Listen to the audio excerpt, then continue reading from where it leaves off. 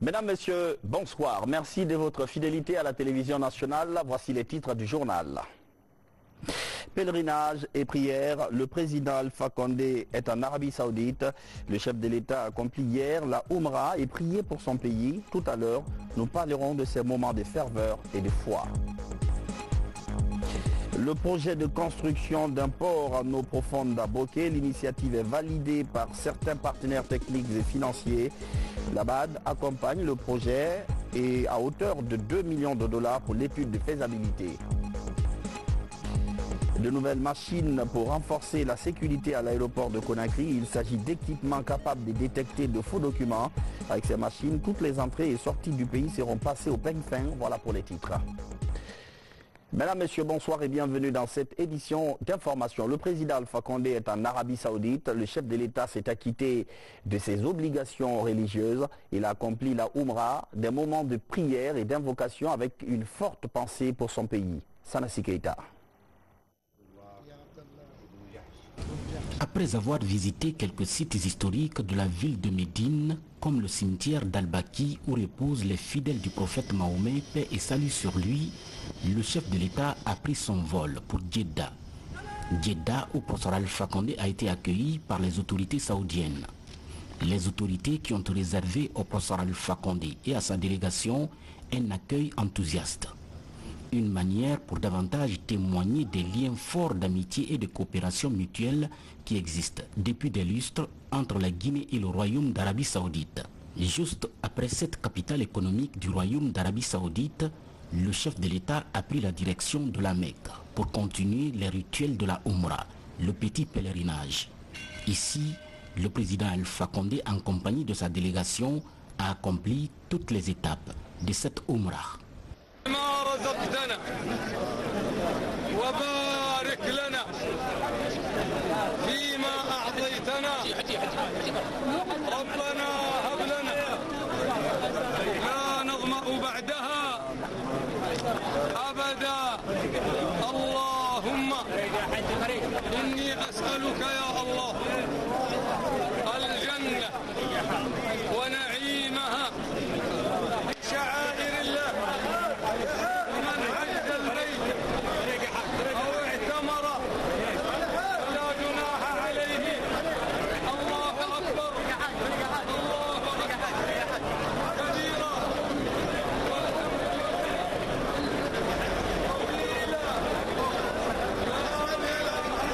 وتكرم وتجاوز عما تعلم إنك تعلم صاحبة ولا ولد ولم يكن له هو وتكرم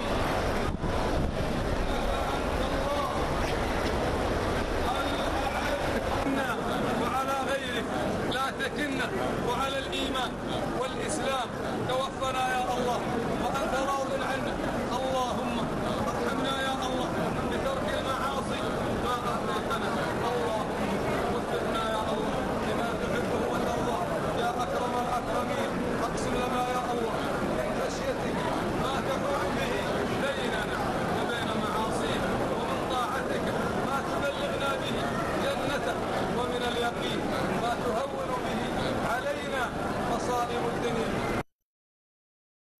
Retour à Conakry pour parler du projet de construction d'un port en eau profonde dans la région nord-ouest du pays.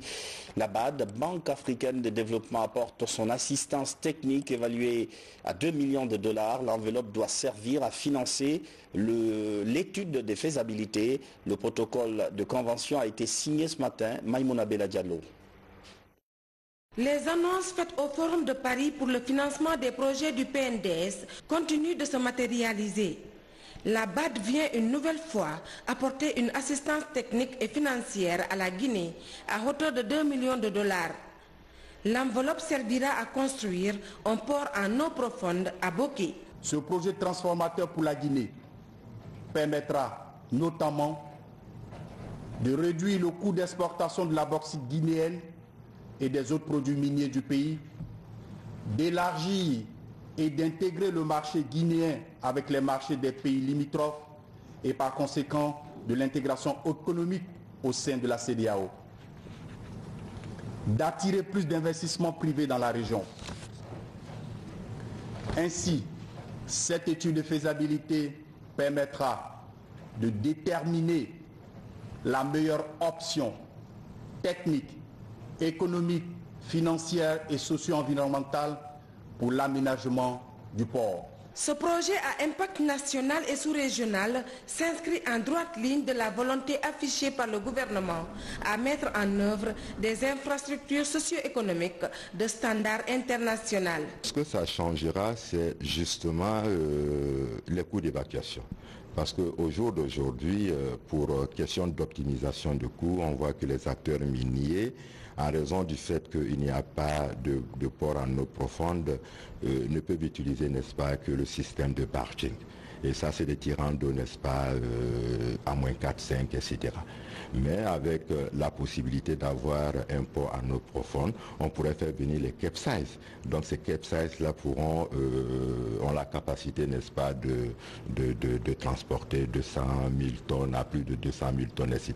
Ce qui permettra de réduire considérablement le coût d'évacuation, mais que notre bauxite aussi soit assez compétitif. Je voudrais réitérer, au nom de son Excellence, Monsieur le Président de la République, professeur Alpha Condé, et du Monsieur le Premier ministre, ma profonde gratitude au groupe de la Banque africaine de développement pour son appui constant aux efforts de développement économique et social de la Guinée. Pour sa part, le gouvernement, à travers l'Agence nationale des infrastructures minières, ANAIM, organe d'exécution du projet, ne ménagera aucun effort pour la bonne conduite, et ceci dans les délais impartis de l'étude, l'objet du présent accord de don.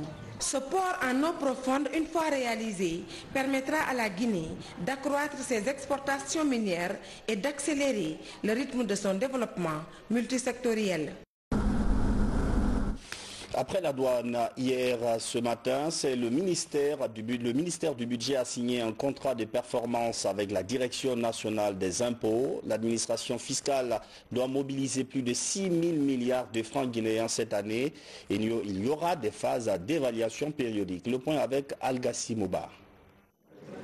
C'est une signature pour le contrat de performance entre le ministère du Budget et la Direction nationale des impôts.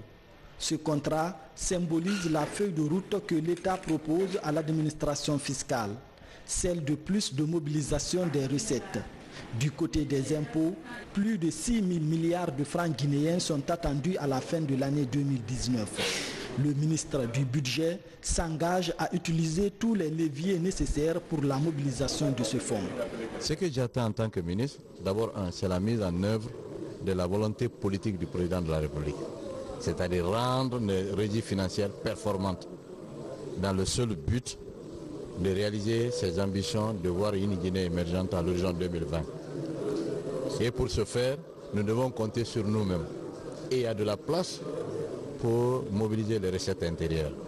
Et la Direction nationale des impôts est la mieux placée pour mobiliser ces recettes intérieures.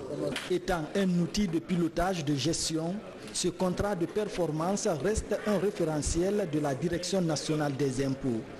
Après la signature, les impôts seront désormais soumis à une évaluation mensuelle. Vous conviendrez avec moi que toutes les initiatives prises par le gouvernement sont aussi matérialisées à travers les revenus. Et donc ce contrat viendra appuyer la mobilisation accrue des revenus, le renforcement bien sûr de l'assiette fiscale, mais aussi la sécurisation de ces revenus pour que les dépenses qui sont programmées par l'État soient mises en œuvre dans le bon sens. Ces dernières années, les impôts ont connu une nette amélioration dans la mobilisation des recettes de l'État. Cela grâce à des réformes sans précédent de sécurisation des recettes engagées par le gouvernement. L'actualité nationale encore, le passage du Premier ministre hier devant la presse. Il a abordé plusieurs sujets. Le chef de gouvernement s'est notamment prononcé sur l'histoire des 90 millions de dollars au titre du paiement de la 4G. Dr Ibrahima Kassouri Fofana apporte des précisions. Suivez. Le Bokwa, c'est de la politique politicienne. Et l'un et l'autre, je les connais très bien. C'est de bons techniciens. mais ils savent que l'argent n'est parti nulle part, l'argent est à la Banque centrale.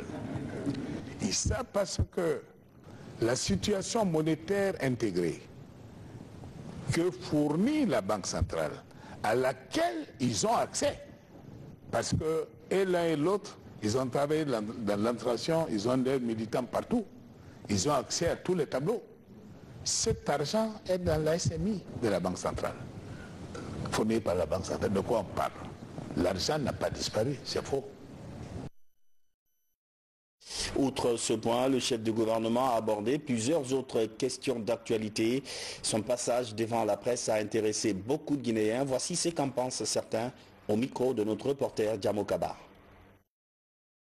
Là où il dit qu'il est doublement d'accord, qu'il dit oui à la nouvelle constitution, dans tous les pays du monde, souvent on change de constitution. En tout cas, moi aussi je dis doublement à la nouvelle constitution. J'appellerai les citoyens, nous les femmes, au dialogue, à la paix, de cultiver la paix, état mère de famille, et nous devons parler à nos époux qui sont souvent des politiciens et des cadres de ce pays. J'apprécie pas totalement parce qu'il y a une partie qui préoccupe tout le monde, tous les citoyens, à savoir le changement de la constitution. Vous savez, il a dit hier qu'il a non seulement lui-même en personne et se prend comme citoyen, donc il assume, et il a consulté ses ministres aussi n'ont pas dit d'obstacle à ça. Bon, ça c'est la partie gouvernementale, c'est très important à ce que le Premier ministre fasse ce rôle-là, c'est-à-dire une concertation à l'interne. Mais ce que moi j'aurais voulu qu'il essaye d'élargir ce contact-là avec les autres acteurs. J'ai écouté hier notre Premier ministre, son parcours d'une année, vraiment la gestion, ça m'a donné beaucoup d'idées, on peut qualifier positive. En plus, la référendum, je suis pour la référendum. Dans un pays, sans la référendum, c'est comme on va de l'autre côté, quoi. Est-ce que vous voyez? Moi, j'apprécie beaucoup son engagement là, et c'est ce que je lui ai dit devant le peuple. Il ne faut pas qu'il constitue à cause de la référendum. Nous avions suivi avec intérêt l'intervention du Premier ministre, et donc dans ce qu'il a dit, il y a apprécié, puisque avant qu'il ne soit là, on a vu ce que c'était le contexte du pays, et donc il a eu à réaliser pas mal de choses quand il s'agit des réalisations sur le plan d'assainissement. Donc c'est une chose dont j'ai beaucoup apprécié, et depuis ça on a eu aussi pas mal de choses en termes de récupération aussi des espaces publics. Donc je crois que c'est une chose aussi appréciée. La sortie du Premier ministre hier, moi j'ai beaucoup aimé, j'ai apprécié, parce que tout ce qu'il avait cité et les points touchés, réellement on voit ça sur le terrain. Et surtout du fait qu'il a dit de lui donner le temps, dans peu de temps, même l'insalubrité qui est dans la capitale sera réglée. Et l'affaire de courant, on voit réellement Conakry n'était pas électrifié comme ça. Et en plus, la révision de la Constitution, moi en tant que Guinéen, en tant que citoyen, je soutiens. Parce que nous, jeunes, on ne se retrouve pas dans l'ancienne Constitution. Si le président de la République, en tant que le père de la nation, tient à revoir la Constitution, à changer la Constitution, moi, mon avis est que tout le monde accepte comme je le vois. Moi, quand même, je tiens à ça. Justement, ce projet de nouvelle constitution, ce matin, il y a eu de nouveaux soutiens. La coalition citoyenne de la société civile a organisé un point de presse. La plateforme explique les raisons de son choix. Mohamed Lamine Camara. Le débat citoyen prend de l'ampleur. Au lendemain du double oui exprimé par le Premier ministre sur la nécessité d'une nouvelle constitution, plus de 160 structures des organisations de la société civile guinéenne embouchent la même trompette sous l'étendard de la coalition citoyenne. Au cours de ce point de presse, la plateforme a clarifié sa position.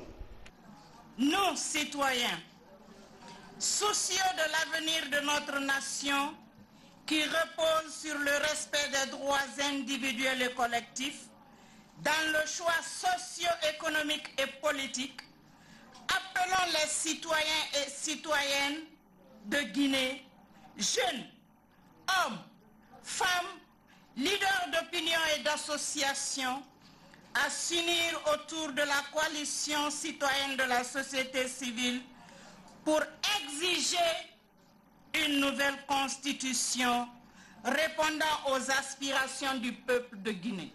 Oui pour une nouvelle constitution. La coalition citoyenne de la société civile se veut un outil de préservation et de consolidation de l'état de droit. Pour ce faire, cette force sociale opte pour le débat citoyen, le dialogue et la concertation permanente. La coalition citoyenne de la société civile vous invite à adhérer à cette démarche dans la plus grande sérénité, tout en acceptant l'opinion de l'autre.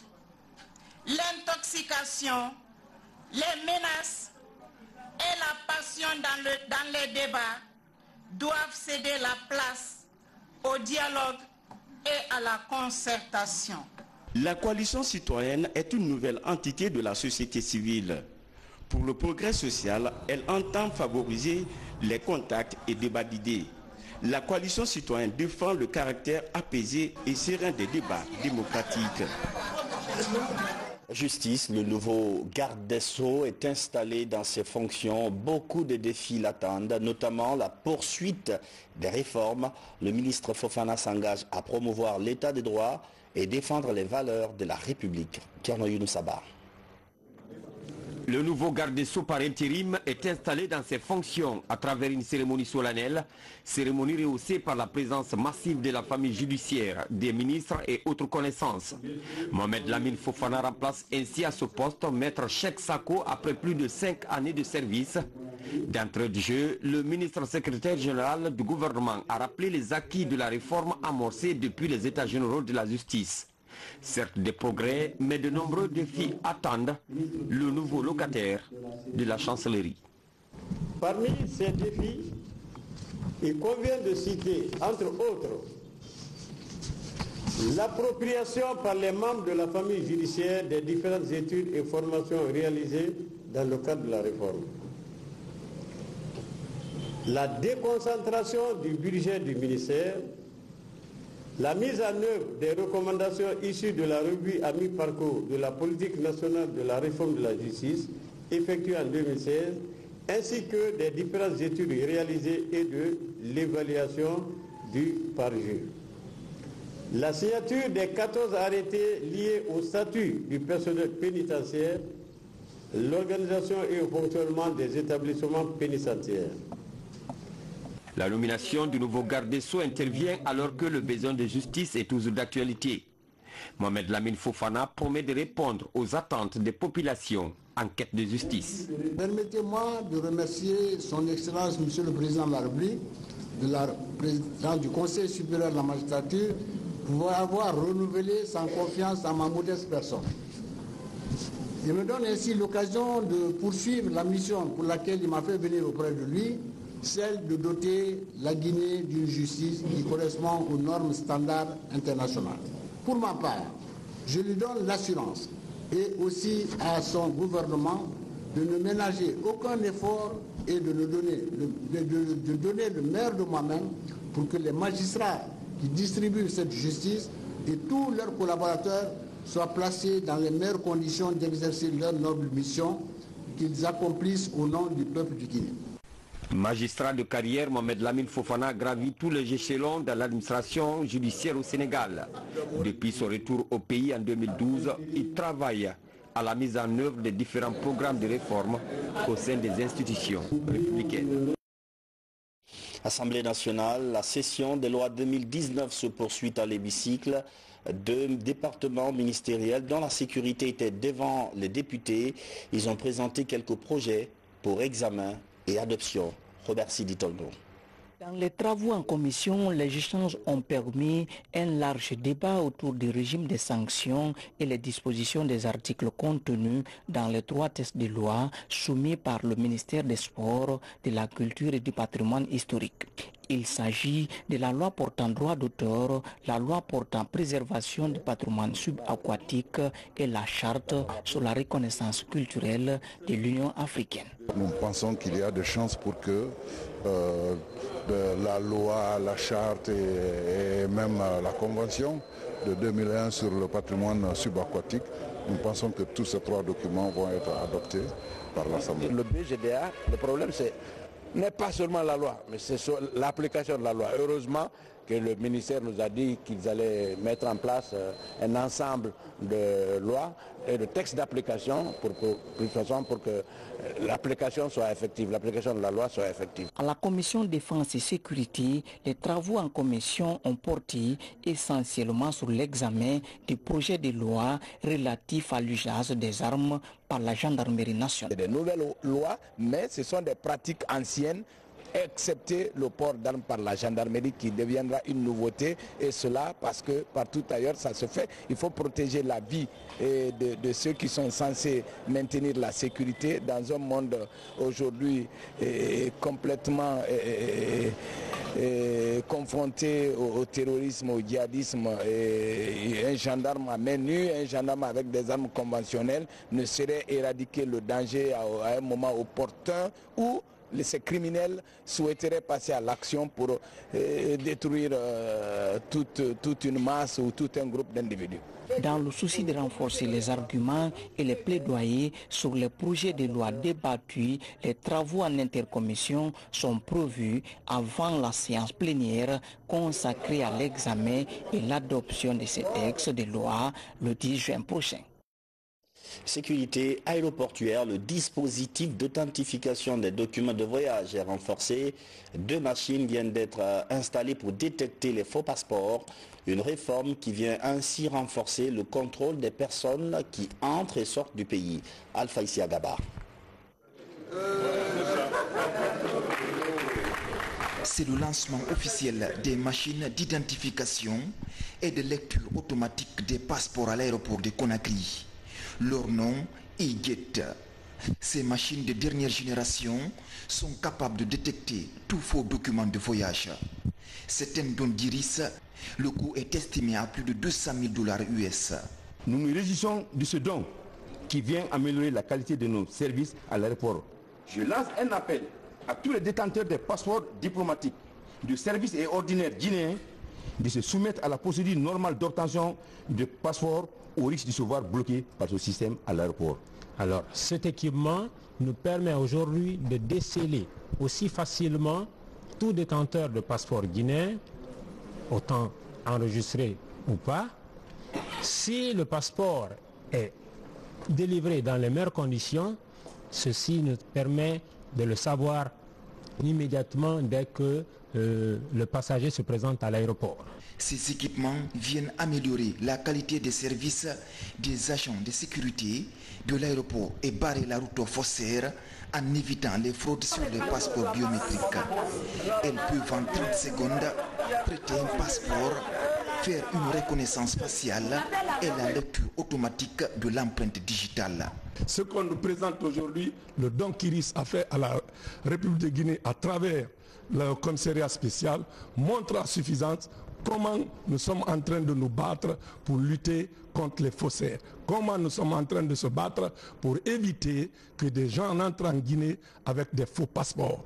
Qu'ils soient étrangers, qu'ils soient guinéens, il est désormais facile de faire une traçabilité à partir de cette machine-là. Et c'est un encouragement qu'on vient de lancer aux travailleurs, aux agents et au commissariat spécial de l'aéroport de Conakry pour qu'ils redoublent de vigilance et soient plus professionnels dans le traitement des documents de voyage. Et de toute façon, nous lançons un appel à tous les faussaires de désormais se prémunir de toutes les précautions avant d'arriver à l'aéroport de Conakry parce que la récréation est terminée. Installées au point d'embarquement et à la rentrée de l'aéroport, ces 2 machines viennent s'ajouter aux autres déjà en place pour renforcer la sécurité des personnes à l'aéroport de Conakry. Une aire de jeu à Sonfonia, Gare 1. L'UNICEF apporte son soutien aux enfants de la localité. Le geste vise à permettre de développer le potentiel sportif de ces jeunes. L'inauguration de ce terrain de proximité a mobilisé plusieurs personnalités de la commune de Ratoma. Moussa Komara. Ils étaient en quête d'espace de jeu. Ces enfants du quartier Sonfonia Gare 1 dans la commune de Ratoma. Désormais, ils peuvent s'amuser, courir et se libérer des tensions familiales ou scolaires dans cette aire de jeu réalisée par l'UNICEF qui œuvre dans la promotion et la protection des enfants. Vous avez vu combien d'enfants ça a attiré juste comme ça, même avant d'être ouvert. Les enfants, ils sont à la recherche d'un espace pour jouer. Ils n'ont pas forcément tous les jouets qu'on peut imaginer à la maison. Ce n'est pas nécessaire. S'il y a un espace public où les enfants peuvent venir, s'il y a un espace où les enfants peuvent échanger, et même s'il y a un espace où les parents peuvent venir avec les enfants et échanger entre eux, de s'apprendre, d'échanger un peu sur la parentalité, ça aussi c'est très intéressant. Donc c'était un peu ça qui a conduit le projet.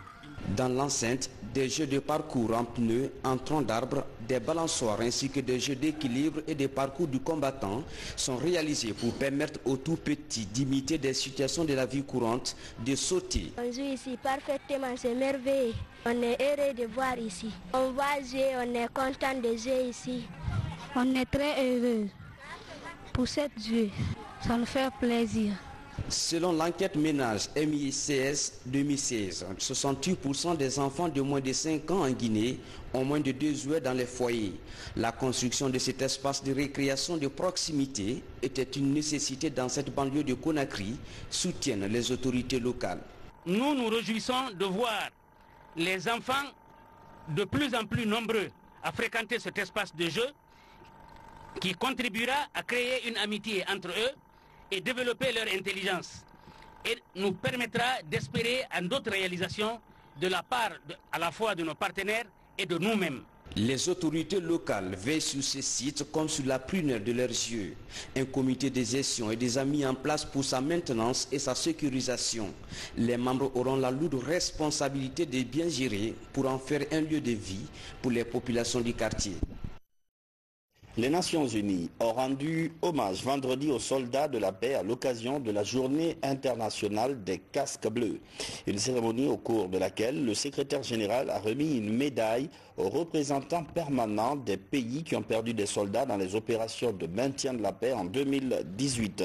Parmi eux, 3 de nos compatriotes tombés au Mali et en Centrafrique. Suivez le compte-rendu de Fatoumata Samora, notre correspondante à New York. Dans la salle du Conseil de tutelle, les Nations Unies rendent hommage aux soldats de la paix. Cérémonie solennelle et pleine d'émotion. Le secrétaire général décore à titre posthume 119 hommes et femmes, des militaires, policiers et civils de 38 pays morts en 2018 au service de la paix dans le monde. Parmi eux, 3 Guinéens. Il s'agit de adjudant-chef Ibrahima Ndiaye, caporal-chef Fodé Abbas Kamara, tous deux étaient à l'amunissement au Mali, et le capitaine de police Amirou Diallo, en service à la MINUSCA en Centrafrique. Placé sous le thème « Protéger les civils, protéger la paix », cette 22e journée internationale des casques bleus est l'occasion pour l'Organisation des Nations Unies d'honorer les sacrifices consentis par les soldats de la paix et d'exprimer sa reconnaissance au gouvernement guinéen pour son soutien au maintien de la paix. Depuis 1997, l'ONU salue la bravoure de ses soldats à travers la médaille d'Agramarssold, du nom du 2e secrétaire général de l'ONU, mort dans un accident d'avion alors qu'il effectuait une mission de paix dans l'actuelle RDC. Selon les statistiques, 100 000 casques bleus sont actuellement déployés dans 14 opérations de paix des Nations Unies à travers le monde. Ils protègent des dizaines de millions de civils, souvent au péril de leur vie. La Guinée est le 24e pays, plus gros contributeur de troupes de l'ONU. Soutien au Sili national. Demain, la remise du tricolore aux 11 Guinéens est prévu au ministère des Affaires étrangères. Mais avant, le comité de soutien poursuit sa ronde pour une levée de fonds. Les membres ont été reçus tour à tour par le bureau politique du parti UFR et la direction du groupe Bolloré. Diarra Diallo, Ousmane Kamara. Le siège de l'Union des forces républicaines et le groupe Bolloré constituent les 12e étapes parcourues par le comité de soutien conduite par le général Mathurin Bangoura. En plus de l'assistance financière, des souhaits de voir notre équipe nationale briller lors de cette compétition qui s'annonce ont été émis. Donc c'est un plaisir pour nous de vous recevoir dans nos locaux et de participer à cette cause nationale et de soutenir notre équipe. Donc nous souhaitons bonne chance au Sili et on espère qu'on aura la coupe. Le football est un facteur de stabilisation au niveau de la jeunesse, à condition qu'on associe le football à l'éducation. Il faut que les jeunes comprennent que le fait seulement de jouer au ballon, si vous n'avez pas été à l'école, vous ne pourrez jamais aspirer à des situations meilleures, même si vous êtes un bon footballeur. Donc je crois que cette association des deux choses permettra à notre jeunesse qui est très intéressée par le ballon de savoir que tout ça doit évoluer ensemble. Voir tous les Guinéens unis autour du Sili est le souhait des membres du comité. Pour atteindre cet objectif, ils comptent toucher tous les Guinéens, tant à Conakry qu'à l'intérieur du pays. Et c'est la fin de cette édition d'information. Merci de votre fidélité à la télévision nationale. Bonsoir.